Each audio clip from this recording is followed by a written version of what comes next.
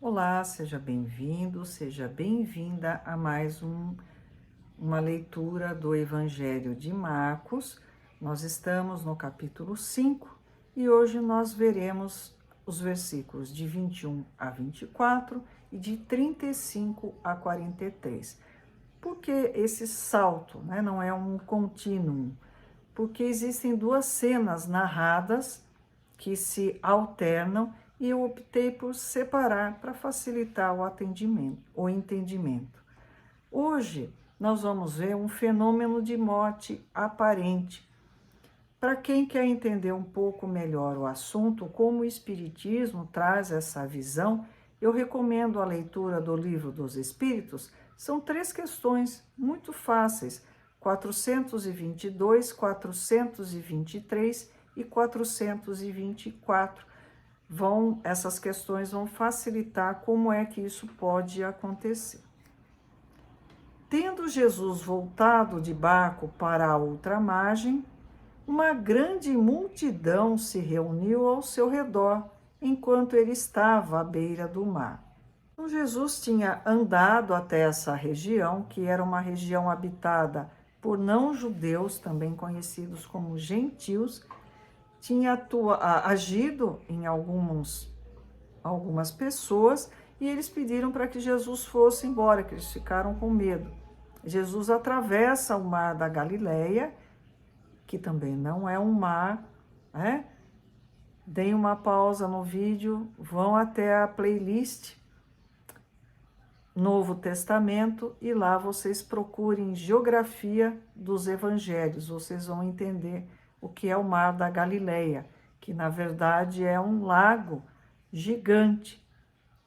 E existem várias aldeias em volta desse lago gigante. Então Jesus volta para uma região, né, já habitada por judeus, e nós temos a sequência.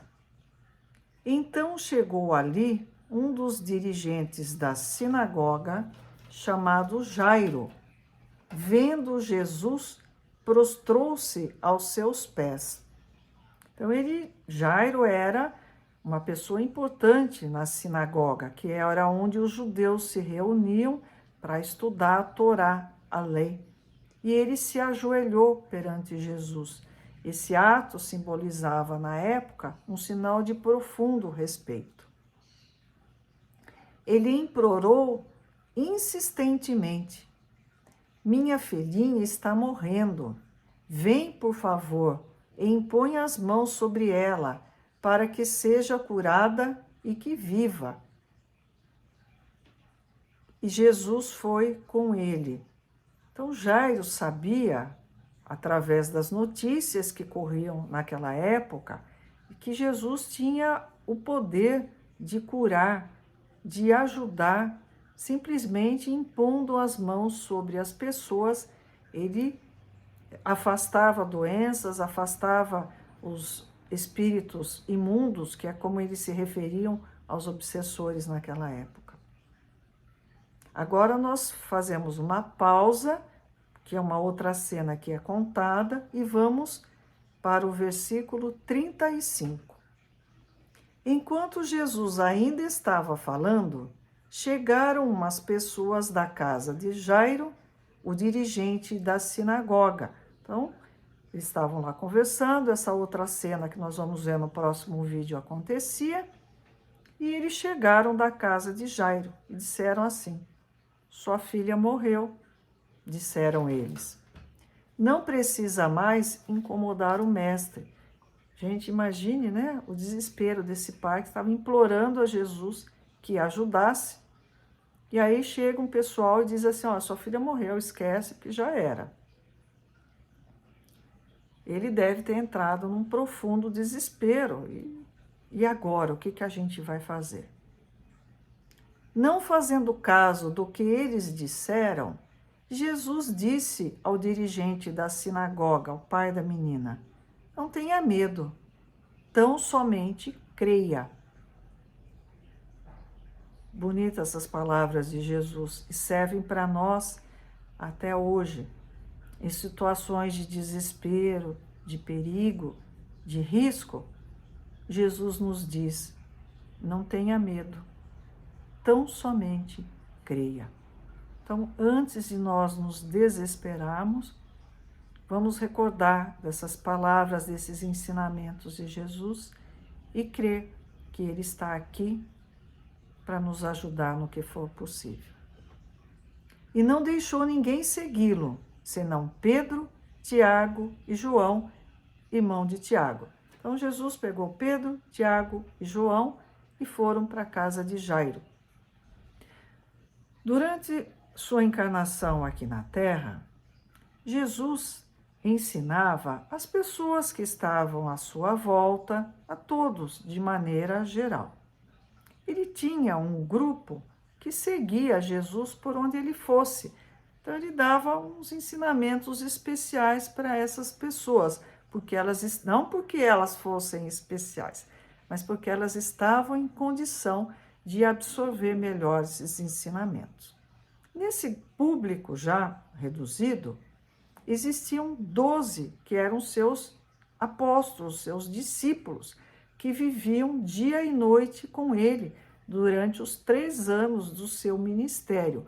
A eles, Jesus ensinava muito mais, porque eles tinham um preparo espiritual que possibilitava esse ensinamento.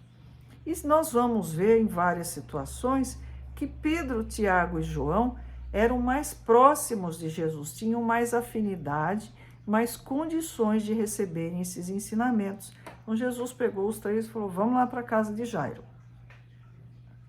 Quando chegaram à casa do dirigente da sinagoga, Jesus viu um alvoroço, com gente chorando e se lamentando em alta voz. Era uma gritaria, um chororô danado.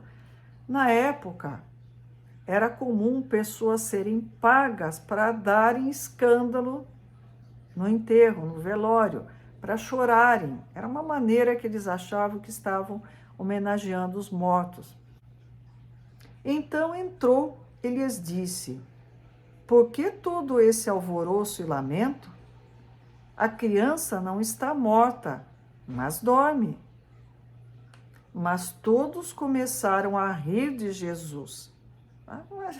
Imagina, morreu. Ele, porém, ordenou que eles saíssem.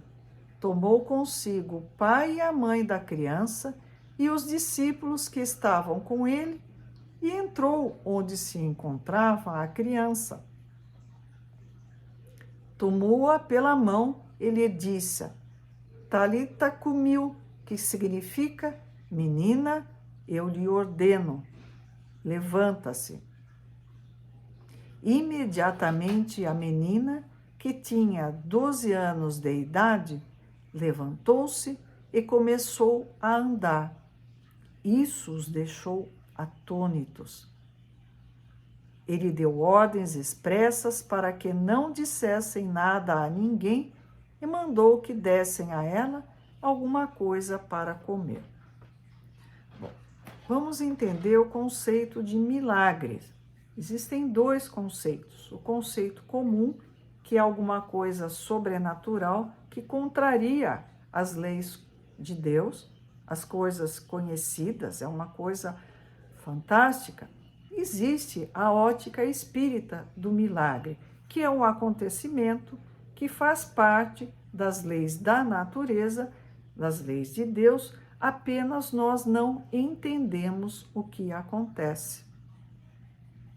Se nós achamos isso estranho, imaginem se eu conseguisse entrar numa máquina do tempo, voltasse para o século passado, ou melhor, para 150 anos, para a época de Kardec, e começasse a ouvir música no meu celular. Nossa, que coisa absurda! Hoje não tem quem não faça isso, é a coisa mais comum do mundo. Mas na época de Kardec não existiam conhecimentos suficientes que permitissem as pessoas entenderem como é que uma coisinha desse tamanho produziria um som tão interessante e conseguiria reproduzir uma música, né? Como é que enfiaram uma orquestra inteira naquela caixinha? não é isso?